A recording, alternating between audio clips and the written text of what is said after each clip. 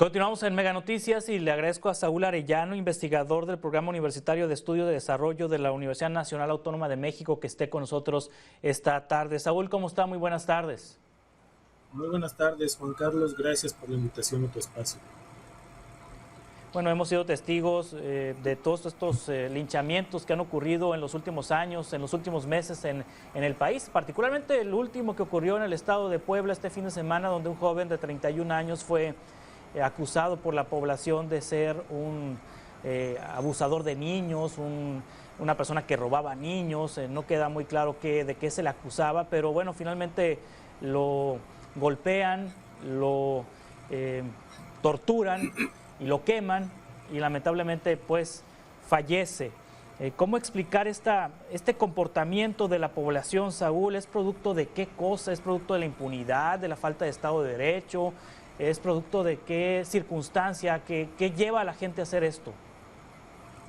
Gracias, Juan Carlos.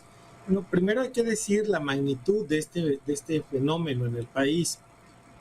No es la primera vez que ocurre, tú bien lo decías, pero también hay que recordar que México es un país donde hay recurrentes eventos de enorme violencia, en los cuales la población recurre a lo que se llama la justicia por propia mano, pero que en muchos casos, como este último que haces alusión, pues ni siquiera es un asunto de justicia, es un asunto de violencia bárbara, hay que decirlo con todas sus letras, en donde una persona acusada, sin ningún elemento más que el rumor, más que el llamado a la violencia, a la ejecución de una población, de una turbamulta enardecida, lleva a este tipo de crímenes. Recordemos que en el 2019 la Comisión Nacional de los Derechos Humanos presentó un informe sobre linchamientos en el país. Es un informe que se quedó corto, hay que decirlo también, respecto de la magnitud, pero ya con esto nos da una dimensión de lo que ocurre en México. Cada año se registran más de 100, cuando menos 100 linchamientos en el país, y cuando menos cada año también resultan muertas o heridas alrededor de 172 y 175 personas en este tipo de eventos.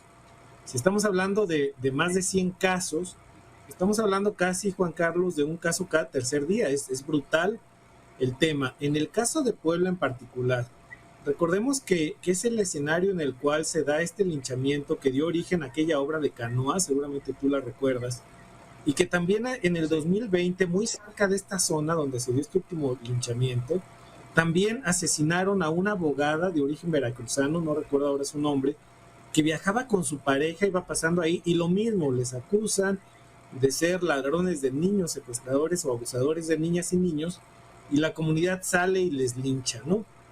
Estamos hablando, pues, de un fenómeno de extrema violencia que nos habla, como tú lo señalabas atinadamente, en un primer momento de la ausencia total del Estado de Derecho. Es tal el nivel de impunidad con el cual actúan las y los delincuentes de este país que llevan necesariamente a que la población crea que es legítimo hacerse justicia por propia mano, cosa que está prohibida por la Constitución. Recordemos que hay una prohibición explícita en la Constitución Política de los Estados Unidos Mexicanos para que las personas no puedan hacerse justicia por propia mano, si es que evidentemente o si es que efectivamente una persona hubiese cometido el delito. Aquí está acreditado que este joven abogado que trabajaba en el Congreso de la Unión, pues no había cometido ningún delito. No se sabe bien a bien qué fue exactamente lo que ocurrió, pero no solamente es una cuestión de leyes, es una cuestión también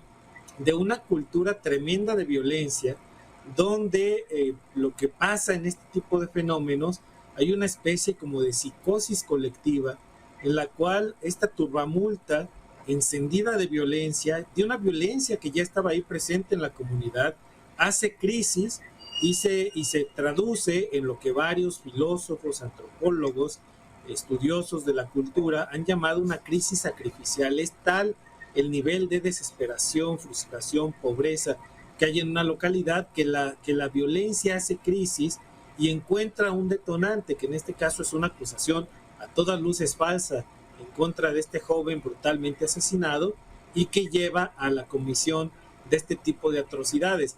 Recordemos que no es legítimo de ninguna manera. Puede ser que la población viva muchos eventos de pobreza, de desigualdad, de todo lo que tú quieras, pero de ninguna manera podemos aceptar que eso sea una justificación o una legitimación de este tipo de actos de barbarie. Ante lo que estamos es ante, tú lo decías bien, una monstruosidad que evidentemente pasa o rebasa los terrenos de lo pensable, llamémosle de esa manera, y que evidentemente nos sitúa ante la deshumanización de una comunidad o un grupo de comunidades que constantemente recurren a este tipo de eventos y que evidentemente lesionan, dañan no solo a una persona. Este tipo de crímenes deben considerarse como crímenes literalmente de casi lesa humanidad, porque estamos hablando de que el afán es destruir, herir, humillar, sobajar a la víctima y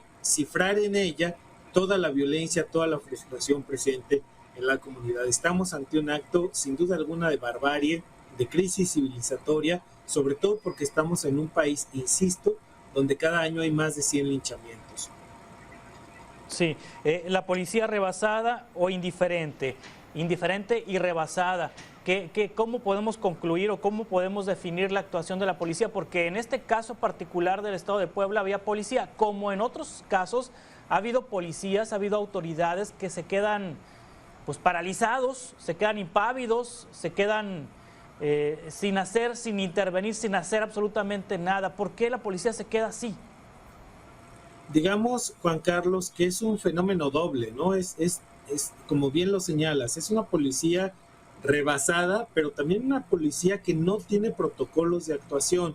Recordemos el caso de Tláhuac, en la Ciudad de México en los años 2000, donde policías federales que actuaban de manera encubierta en la localidad, ahora alcaldía de Tláhuac, fueron linchados y también quemados vivos.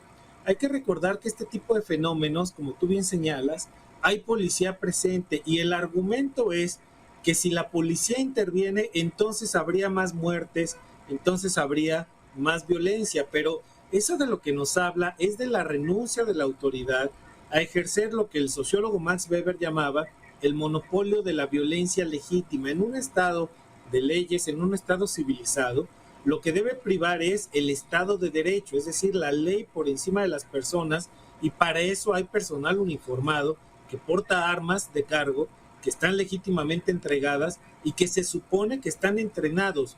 No hay estos protocolos, la policía tarda mucho en actuar.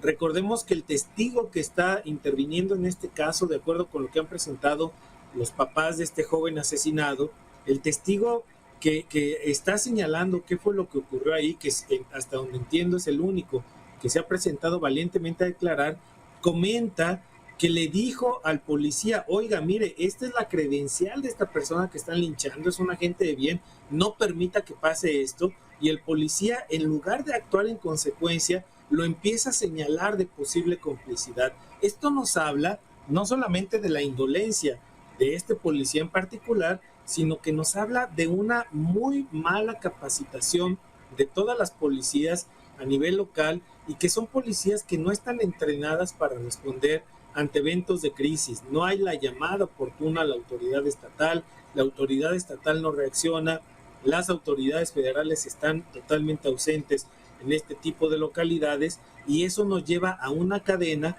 en la cual, desde luego, lo que ocurre pues es una tragedia de estas magnitudes. No es el único país donde se carece de buenos protocolos, lo vimos en el tiroteo que acaba de ocurrir en los Estados Unidos, donde hubo más de 18 personas asesinadas, la mayoría niñas y niños, y que la policía tardó hasta 70 minutos en llegar. A diferencia de lo que pasó allá, en donde hay un llamado a la revisión de los protocolos de actuación, en nuestro país pues simplemente se dice, pues eran 2 elementos, 3 elementos, no podían hacer nada ante la turbamulta, no podían hacer nada ante la comunidad, y pues ocurrió lo inevitable, ¿no? No podemos seguir siendo un país así, Juan Carlos, y requerimos de policías locales mejor capacitadas, con mejores mecanismos de coordinación con las policías estatales, mecanismos de respuesta, mecanismos de anticipación. En localidades tan pequeñas es muy sencillo darte cuenta de que algo muy malo está ocurriendo en muy rápido tiempo. Tampoco estamos hablando de que sea una extensión territorial donde la policía tarda mucho en enterarse. Estas localidades, en la localidad específica que ocurrió esta tragedia, pues estamos hablando de una localidad de unos cuantos centenares, miles quizá de personas, pero muy pequeña territorialmente. Entonces, evidentemente había la manera de intervenir, había la manera de disuadir y seguimos, lamentablemente y tristemente, hay que insistir con policías que no tienen capacitación, no saben qué hacer en estos casos y evidentemente pues llevan a la muerte y a que haya más víctimas trágicas en este país de por sí ya dolido de tanta violencia y tanta impunidad. Sí, ya solo faltaría que los policías municipales participaran en el linchamiento. Es decir, pudiera ser también que estén de acuerdo de alguna manera, que compartan esos rumores, esos prejuicios, esas decisiones que toma la turba, que toma la masa, que toman las personas para linchar a un individuo, a una persona. Pudiera ser que también compartan hasta la misma manera de pensar y por eso la inacción. Sin duda, y mira, hay que recordar que las policías, las corporaciones policíacas, son responsables jurídicamente hablando en dos vías, por acción pero también por omisión. Es decir, el no actuar es una forma de actuación de hecho, ¿no? Hay que decirlo en ese sentido. Y lo que está ocurriendo y lo que vemos es que justamente las policías, Juan Carlos, tú y yo lo sabemos, la mayoría del auditorio lo sabe, son personas que están muy mal capacitadas, pero que también vienen de formaciones académicas muy deficientes. El promedio de educación de un policía o de un integrante de una corporación policíaca municipal es de segundo de secundaria, es decir, tenemos a personas que lamentablemente carecen de lo más elemental en términos educativos, en términos culturales, en términos de capacitación, adiestramiento. Recordemos que para ser policía municipal en el país el promedio de formación en una academia es de 3 meses. A duras penas en 3 meses sabes agarrar un arma, pues, ¿no?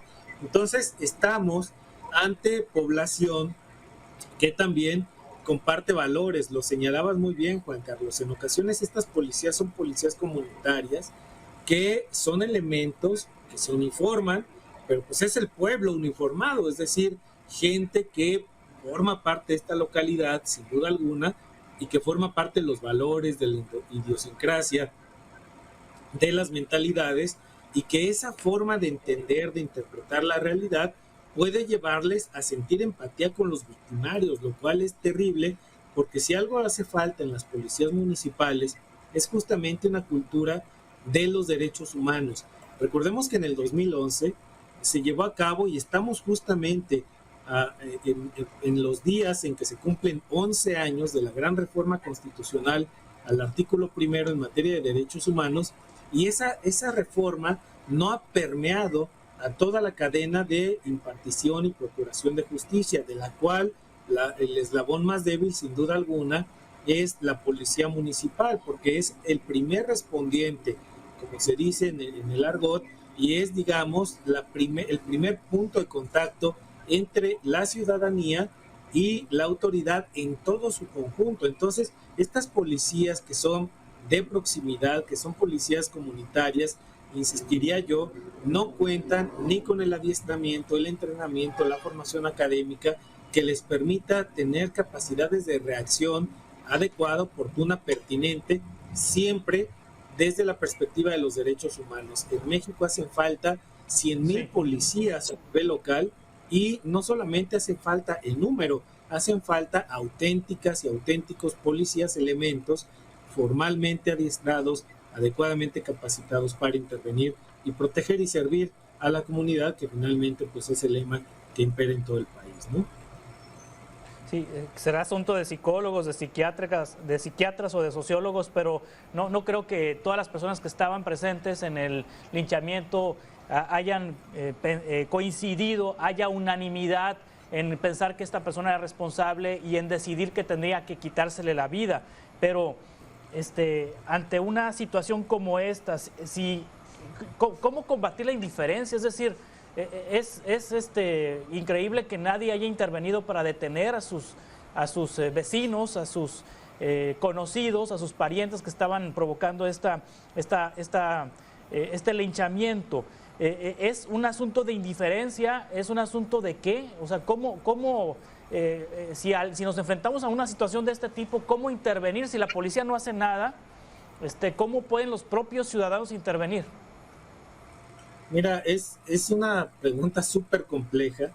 Hay un libro, Juan Carlos, que yo me atrevo a sugerirle al auditorio, que se llama El Señor de las Moscas. Es una gran novela escrita por el premio Nobel William Golding, donde justamente habla y narra una historia en una isla donde hay un grupo de niñas y niños que llegan a esta isla por un accidente y bueno, se quedan en esa isla y ahí reproducen todos los mecanismos de la violencia mimética y la violencia sacrificial a la cual se refiere otro gran filósofo sociólogo de nombre René Girard.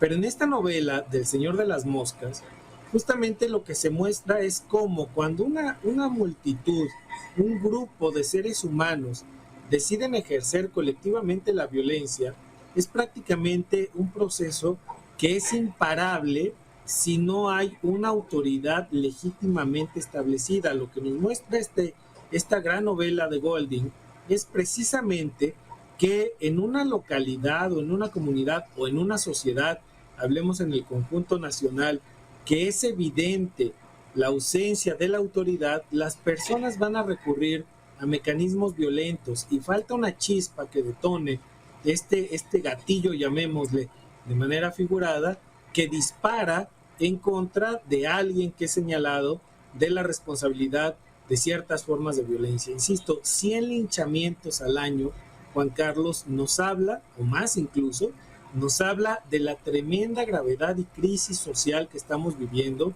una crisis que es de valores, una crisis que es cultural, una crisis que es educativa y una crisis que es también de formación de derechos humanos. Mientras las personas no nos reconozcamos unas a otras como iguales, donde el valor de la vida sea el valor supremo, donde el valor de la dignidad humana se ponga por enfrente y por encima de todas las cosas, si no construimos eso, va a ser muy difícil que podamos evitar que se sigan repitiendo estos casos, porque no solamente, como bien señalas, no solo es un asunto de que intervenga un policía, 2 o 3, es que la comunidad se detenga y ni siquiera exista la idea de recurrir a este tipo de actos y lastimar así a una persona. Es tal el nivel de agravio, es tal el nivel de desprotección, de ansiedad, de violencia que existe en este tipo de localidades,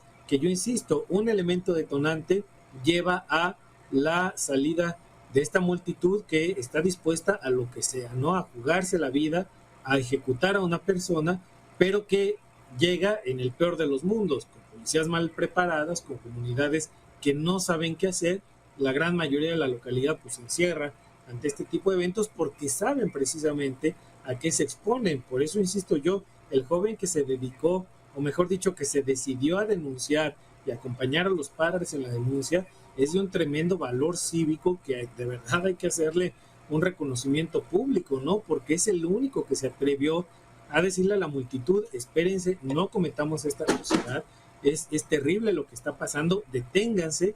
La comunidad lo acosa, lo agrede también, lo amenazan de no intervenir porque si no también lo van a matar y lo acusan hasta de cómplice. Entonces, lo que vemos es, Juan Carlos, una tremenda crisis de valores, una tremenda crisis de una eticidad que no está presente porque la autoridad dejó de construir ciudadanía. Tenemos ahora sí que mucha masa, dice la filósofa Adela Cortina, pero muy poco pueblo.